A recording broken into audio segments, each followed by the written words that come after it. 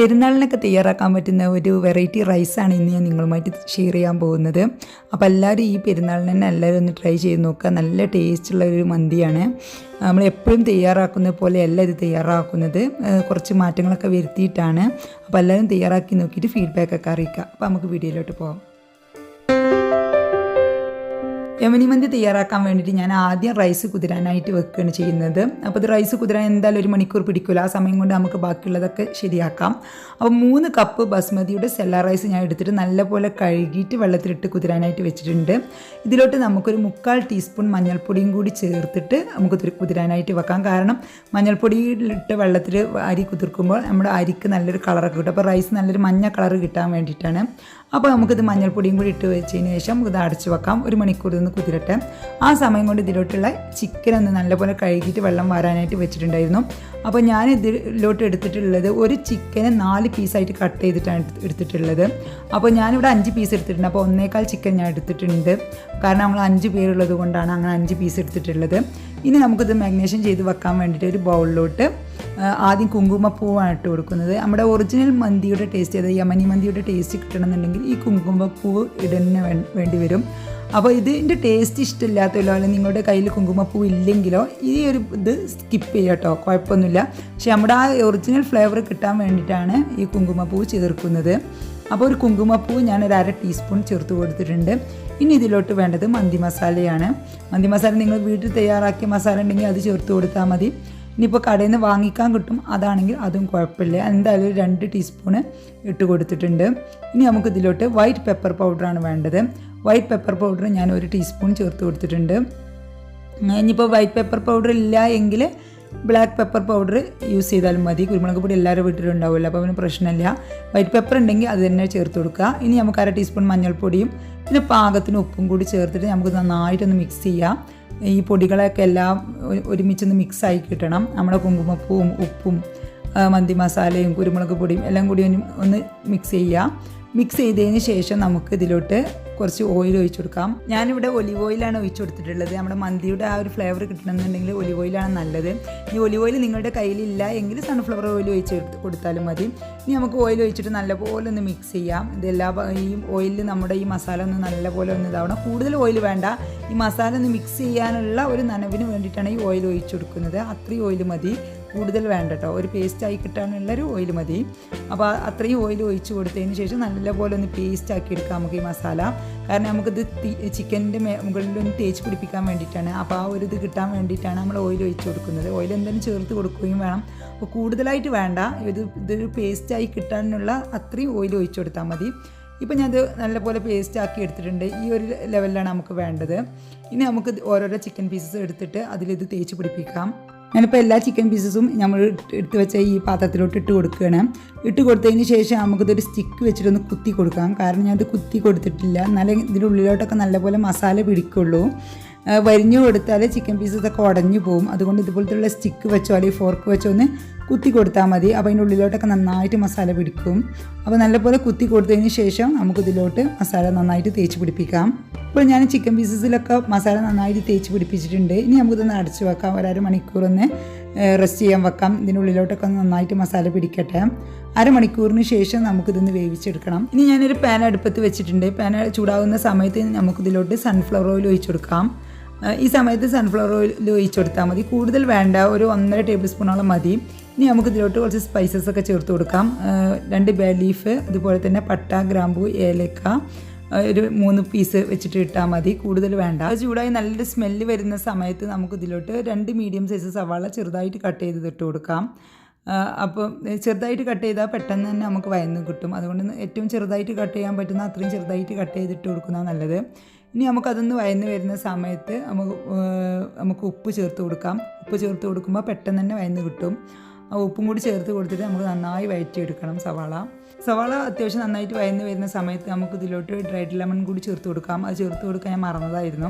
അത് തുടക്കത്തിൽ തന്നെ ചേർത്ത് കൊടുക്കട്ടോ. നമ്മൾ സ്പൈസസ് ഒക്കെ ചേർത്ത് കൊടുത്തില്ല, ആ സമയത്ത് തന്നെ നമുക്കിത് ചേർത്ത് കൊടുക്കാം. ഇനി നമുക്ക് ഇതിലോട്ട് വെള്ളമാണ് ഒഴിക്കേണ്ടത്. ഞാൻ കെറ്റിലിൽ തിളപ്പിക്കാൻ വെച്ചിട്ടുണ്ടായിരുന്നു വെള്ളം. അപ്പോൾ അത് നല്ലപോലെ തിളച്ചിട്ടുണ്ട്. അപ്പോൾ ഞാൻ തിളച്ചുകൊണ്ടിരിക്കുന്ന വെള്ളമാണ് ഒഴിച്ചു കൊടുക്കേണ്ടത്. ഇനിയിപ്പോൾ നിങ്ങൾ വെള്ളം തിളപ്പിക്കുന്നില്ലെങ്കിൽ പ്രശ്നമൊന്നുമില്ല, ഡയറക്റ്റ് പച്ചവെള്ളം ഒഴിച്ചു കൊടുത്താലും മതി, ഇതിൽ കിടന്ന് തിളച്ചോളും.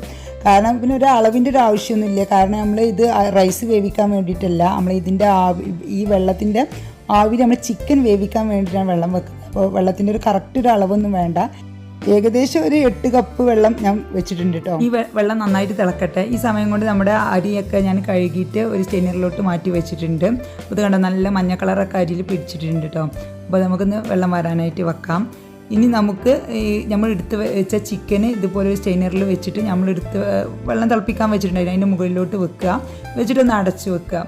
അടിച്ച് വെച്ചിട്ട് ഒരു 10 മിനിറ്റ് കഴിയുമ്പോൾ ഇതുപോലെ ഒന്ന് ഇളക്കി വേവിക്കാം. ഈ ആവിയിൽ കിടന്നിട്ട് നമ്മുടെ ചിക്കനൊന്ന് വേവണം. അപ്പോൾ വേവുന്ന സമയത്ത് ചിക്കനിലുള്ള ആ വെള്ളമൊക്കെ ഉണ്ടാവുമല്ലോ, ചിക്കൻ്റെ ഫുള്ള് ചിക്കൻ്റെ സ്റ്റോക്ക് നമ്മുടെ ആ വെള്ളത്തിലോട്ട് വീഴും. അപ്പോൾ നമുക്ക് മന്തിൻ്റെ റൈസ് നല്ല ടേസ്റ്റ് ഉണ്ടാവും. അതിന് വേണ്ടിയിട്ടാണ് ഇങ്ങനെ ചെയ്യുന്നത്. അപ്പോൾ നമ്മൾ ചിക്കന് ഇടയ്ക്ക് ഒരു 10 മിനിറ്റ് കൂടുമ്പോൾ ഇതുപോലെ ഒന്ന് ഇളക്കി കൊടുക്കുക. കാരണം അടിഭാഗം ഒന്ന് വേവാൻ വേണ്ടിയിട്ടാണ്. അപ്പോൾ അങ്ങനെ ഒരു അരമണിക്കൂർ വെച്ചിട്ട് എന്തായാലും വേവിക്കേണ്ടി വരും കേട്ടോ. ചിക്കന് നല്ല ചിക്കൻ ശരിക്കും വേവുള്ളൂ. 20 മിനിറ്റ് മുതൽ അരമണിക്കൂർ വരെ വെക്കാം ഇങ്ങനെ. അപ്പോൾ ഇത് അടച്ച് വെച്ചാൽ മതി. അപ്പോൾ നല്ല പോലെ വെന്ത് കിട്ടും. നല്ല ഒരു പാകത്തിലുള്ള സ്റ്റെയിനറും അതിന് വെക്കാൻ പറ്റുന്നൊരു പാത്രം ഉണ്ടെങ്കിൽ നല്ല ഈസി ആയിട്ട് ഇത് വെന്ത് കിട്ടുട്ടോ.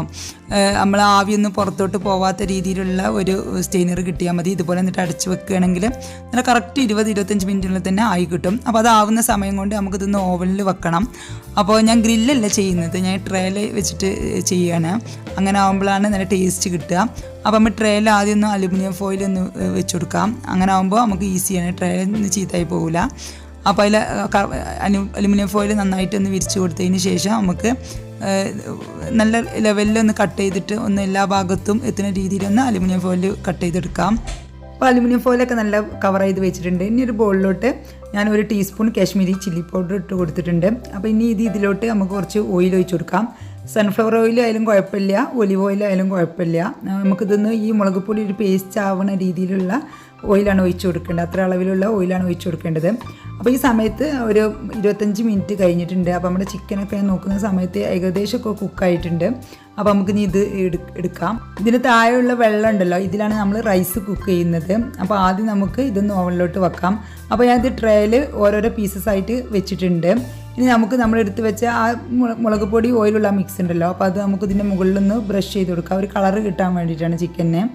അപ്പോൾ നമുക്ക് ഇതുപോലെ എല്ലാ ഭാഗത്തും എത്തുന്ന രീതിയിൽ ഒന്ന് ബ്രഷ് ചെയ്ത് കൊടുക്കാം. ആദ്യം ഒരു ഭാഗം വെച്ചിട്ട് പിന്നെ തിരിച്ചിട്ടിട്ട് മറ്റേ ഭാഗവും ഇതുപോലെ ബ്രഷ് ചെയ്ത് കൊടുക്കാം. എല്ലാ ഭാഗത്തോട്ടും എത്തണം കേട്ടോ, ചിക്കൻ്റെ നല്ല ടേസ്റ്റ് ഉണ്ടാവുള്ളൂ.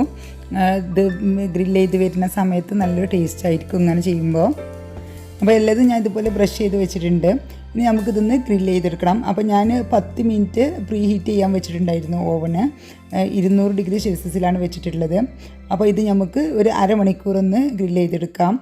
അരമണിക്കൂർ കഴിയുമ്പോൾ നല്ല ഇതിൽ വെന്തിട്ടുണ്ടാവും. 20 മിനിറ്റ് മുതൽ അരമണിക്കൂർ വരെ തന്നെ വെച്ചാൽ മതി. അപ്പോൾ നല്ല ചിക്കൻ പിന്നെ വേവാത്ത പ്രശ്നമൊന്നും ഉണ്ടാവില്ല. അപ്പോൾ നമുക്ക് റൈസ് കുക്ക് ചെയ്യാൻ നോക്കാം. അപ്പോൾ ഈ നമ്മൾ എടുത്തു വെച്ച വെള്ളം ഉണ്ടല്ലോ, ഇത് ഞാൻ ഫ്ലെയിം ഓഫ് ചെയ്ത് വെച്ച് ഈ വെള്ളം നമുക്ക് വേറൊരു പാത്രത്തിലോട്ട് മാറ്റാം. കാരണം ഈ വെള്ളം നമുക്ക് എത്ര അളവുണ്ടെന്ന് അറിയണം. ഏകദേശം ഒരു 8 കപ്പ് വെള്ളം വെച്ചതായിരുന്നു ഞാനത്. കുറേ സമയം ഇരുന്നപ്പോൾ അരമണിക്കൂർ വെച്ച് തിളച്ചതല്ല. അപ്പോൾ എന്തായാലും അത് പകുതി അളവിലായിട്ടുണ്ടാവും. അപ്പോൾ നമുക്ക് ഏകദേശം ഒന്ന് അളന്ന് നോക്കാം ഇത് എത്ര അളവുണ്ടെന്ന്. കാരണം നമുക്കത് റൈസ് വേവിക്കാനുള്ളതാണ് ഈ വെള്ളം. അപ്പോൾ നമുക്ക് ആ ഒരു അളവിനനുസരിച്ച് നമുക്ക് വേറെയുള്ള സാധാ വെള്ളം ഇതിലോട്ട് ചേർത്ത് കൊടുക്കണം. അപ്പോൾ അതിന് വേണ്ടിയിട്ട് നമുക്കിതൊന്ന് അളന്ന് നോക്കാം. അപ്പോൾ ഇത് 4.5 കപ്പ് വെള്ളം ഉണ്ട് കേട്ടോ. അപ്പോൾ നമുക്ക് വേണ്ടത് 5.25 കപ്പ് വെള്ളമാണ്. അതായത് ഒരു കപ്പിന് 1.25 കപ്പ് വെള്ളം എന്ന രീതിയിലാണ് ഒഴിച്ചു കൊടുക്കേണ്ടത്. അപ്പോൾ ഞാൻ ബാക്കിയുള്ളത് സാധാ വെള്ളം ഒഴിച്ചു കൊടുത്തിട്ട് പാകത്തിന് ഉപ്പൊക്കെ ആക്കിയതിന് ശേഷം അരിയിട്ട് കൊടുത്തിട്ടുണ്ട് കേട്ടോ. ഉപ്പൊക്കെ ഒന്ന് നോക്കണം കേട്ടോ. കാരണം നമ്മൾ കുറച്ച് സവാള വഴറ്റിയ സമയത്ത് ഉപ്പിട്ട് കൊടുത്തതായിരുന്നു. ആ ഒരു ഉപ്പ് അരി ചേർത്തിട്ടുള്ളൂ. പിന്നെ നമ്മുടെ ചിക്കൻ സ്റ്റോക്ക് വരുന്ന സമയത്ത് അതിലും കുറച്ച് ഉപ്പിൻ്റെ അംശം ഉണ്ടാവും. അപ്പോൾ നിങ്ങൾ വെള്ളമൊക്കെ പാകമായതിന് ശേഷം ഉപ്പ് നോക്കിയിട്ട് പാകാക്കി കൊടുത്തതിന് ശേഷം റൈസ് ചേർത്താൽ മതി. അപ്പോൾ റൈസ് ചേർത്ത് നല്ലപോലെ വന്നതിന് ശേഷം ലോ ഫ്ലെയിമിൽ വെച്ചിട്ടൊന്ന് കുക്ക് ചെയ്യാം. അപ്പോൾ റൈസ് വേവോളം ഒന്ന് കുക്ക് ചെയ്യുക. ഇടയ്ക്ക് ഒന്ന് ഇളക്കി കൊടുക്കുക. അതുപോലെ വെള്ളം വറ്റുന്നതിനനുസരിച്ച് ഇടയ്ക്കൊന്ന് മിക്സ് ചെയ്ത് കൊടുക്കാഞ്ഞാൽ അടിയിലുള്ള റൈസ് നല്ലപോലെ വേവുകയും ചെയ്യും. മുകളിലോട്ടുള്ള റൈസ് കുറച്ച് വേവാൻ കുറച്ച് ബുദ്ധിമുട്ടായിരിക്കും. അപ്പോൾ അതുകൊണ്ട് തന്നെ ജസ്റ്റ് ഇളക്കി കൊടുക്കണം ഇടയ്ക്ക് കേട്ടോ. ലോ ഫ്ലെയിമിൽ വെച്ചിട്ട് വേണം കുക്ക് ചെയ്യാൻ. അപ്പോൾ ഇതുപോലെ നല്ലപോലെ ഇളക്കി കൊടുത്തതിന് ശേഷം നമുക്കിതൊന്ന് അടച്ചു വെക്കാം. അപ്പോൾ നമ്മുടെ ചിക്കനൊക്കെ കറക്റ്റ് വെന്ത് നല്ല പരിവായി വന്നിട്ടുണ്ട്. അപ്പോൾ ഞാൻ ചിക്കൻ ഓവനിൽ നിന്ന് എടുത്തിട്ടുണ്ട് കേട്ടോ. അപ്പോൾ ഇതിൻ്റെ അടിയിലുണ്ടായിരുന്ന ആ ചിക്കന് വേവിച്ച വെള്ളം ഉണ്ടല്ലോ, അത് ഞാൻ ഈ റൈസിലോട്ട് ഒഴിച്ചു കൊടുക്കുകയാണ്. അത് ഒഴിച്ച് കൊടുക്കുമ്പോൾ റൈസ് നല്ലൊരു ടേസ്റ്റാണ്. അപ്പോൾ റൈസ് എടുത്തിട്ടുണ്ട് ഞാനിപ്പോൾ റൈസ് പാകത്തിന് കുക്കായി വന്നിട്ടുണ്ട്. അപ്പോൾ ഈ വെള്ളം ഇങ്ങനെ ഒഴിച്ച് കൊടുക്കാൻ വേണ്ടിയിട്ടാണ് ഞാൻ ട്രയൽ ചെയ്തത്. ചിക്കൻ ഗ്രില്ല് ചെയ്യുകയാണെങ്കിൽ ചിക്കൻ ഒരു ഡ്രൈ ആയിട്ടിരിക്കും, അപ്പോൾ അതിൻ്റെ ടേസ്റ്റ് ഇവിടെ ആർക്കും ഇഷ്ടമില്ല. അതുകൊണ്ടാണ് ഞങ്ങൾ ഇങ്ങനെ ചെയ്തത്. അപ്പോൾ ഈ ഒരു അതിലുള്ള വെള്ളം ഇതിലോട്ട് ഒഴിച്ച് കൊടുത്തതിന് ശേഷം റൈസ് നന്നായിട്ടൊന്ന് മിക്സ് ചെയ്ത് കൊടുക്കുന്നുണ്ട്. അങ്ങനെ ആകുമ്പോൾ നല്ലൊരു ഫ്ലേവറാണ് നമ്മളെ റൈസിന്. അപ്പോൾ എല്ലാം റെഡി ആയിട്ടുണ്ട്. നമുക്ക് ഇതൊന്ന് സെർവ് ചെയ്യാം ഈ പാത്രത്തിലോട്ട്. അപ്പോൾ ആദ്യം നമുക്ക് അടിയിൽ റൈസ് വിളമ്പി കൊടുക്കാം. മുകളിലോട്ടാണ് നമ്മൾ ചിക്കൻ നിരത്തി കൊടുക്കേണ്ടത്. അപ്പോൾ നമുക്ക് എത്ര ആളുണ്ടെന്ന് വെച്ചാൽ ഓരോരോ ആൾക്കാർക്ക് ഓരോരോ പീസ് ചിക്കൻ എന്നുള്ള രീതിയിൽ സെർവ് ചെയ്താൽ മതി റൈസ്. അപ്പോൾ എല്ലാവരും ഇതുപോലെ ഒരു റൈസ് ട്രൈ ചെയ്ത് നോക്കണം. ഈ പെരുന്നാൾക്കെന്നെ എല്ലാവരും ട്രൈ ചെയ്ത് നോക്കണം. നല്ല ടേസ്റ്റാണ്, ഉണ്ടാക്കിയെടുക്കാൻ എളുപ്പമാണ്. ഓവണൊക്കെ വീട്ടിലുണ്ടെങ്കിൽ ഉണ്ടാക്കിയെടുക്കാൻ നല്ല ഈസിയാണ് കേട്ടോ. പിന്നെ അത് മാത്രമല്ല, പിന്നെ ഇതുപോലൊരു സ്റ്റെയിനറും മതി. നമുക്ക് പെട്ടെന്ന് തന്നെ കുക്ക് ചെയ്തെടുക്കാം, കൂടുതൽ ടൈമൊന്നും വേണ്ട. നമുക്ക് ചിക്കൻ ഇതുപോലെ മാഗ്നേഷൻ ചെയ്ത് വെക്കുകയാണെങ്കിൽ നമുക്ക് പെട്ടെന്ന് തന്നെ തയ്യാറാക്കി എടുക്കാവുന്നതേ ഉള്ളൂ. ഇനി നമുക്ക് ഇതിൻ്റെ മുകളിലോട്ട് ഓരോരോ ചിക്കൻ പീസസ് ആയിട്ട് വെച്ച് കൊടുക്കാം. ചിക്കൻ നല്ല ചൂടാണ്, അവിടെ നിന്ന് എടുത്തതാണ്, അതുകൊണ്ടാണ് ഞാൻ ഫോർക്ക് വെച്ചിട്ട് ചെയ്യുന്നത് കേട്ടോ. അപ്പോൾ നമുക്കിത് ഉണ്ടാവും. ചിക്കൻ കണ്ടാൽ തന്നെ നിങ്ങൾക്ക് മനസ്സിലാവും നല്ല പോലെ വെന്തിട്ടുണ്ട്. ഉൾവശമൊക്കെ നന്നായിട്ട് വേവും കേട്ടോ. കാരണം നമ്മൾ ആദ്യം ഒന്ന് ആവി കയറ്റുന്നത് കൊണ്ട് നല്ല വേവാത്തൊരു പ്രശ്നമില്ലായിരുന്നു. അപ്പോൾ എല്ലാവരും ഇതുപോലെ ഒന്ന് ട്രൈ ചെയ്ത് നോക്കിയിട്ട് ഫീഡ്ബാക്കൊക്കെ അറിയിക്കുക. ഇഷ്ടമായ ഫ്രണ്ട്സിനും ഫാമിലിക്കൊക്കെ ഒന്ന് ഷെയർ ചെയ്യാം. നിങ്ങൾ ഇതുവരേക്കും എൻ്റെ ചാനൽ സബ്സ്ക്രൈബ് ചെയ്യാതെയാണ് കാണുന്നതെങ്കിൽ ഒന്ന് സബ്സ്ക്രൈബ് ചെയ്ത് സപ്പോർട്ട് ചെയ്യാം. അപ്പോൾ എല്ലാവർക്കും എൻ്റെ നന്ദി, നമസ്കാരം.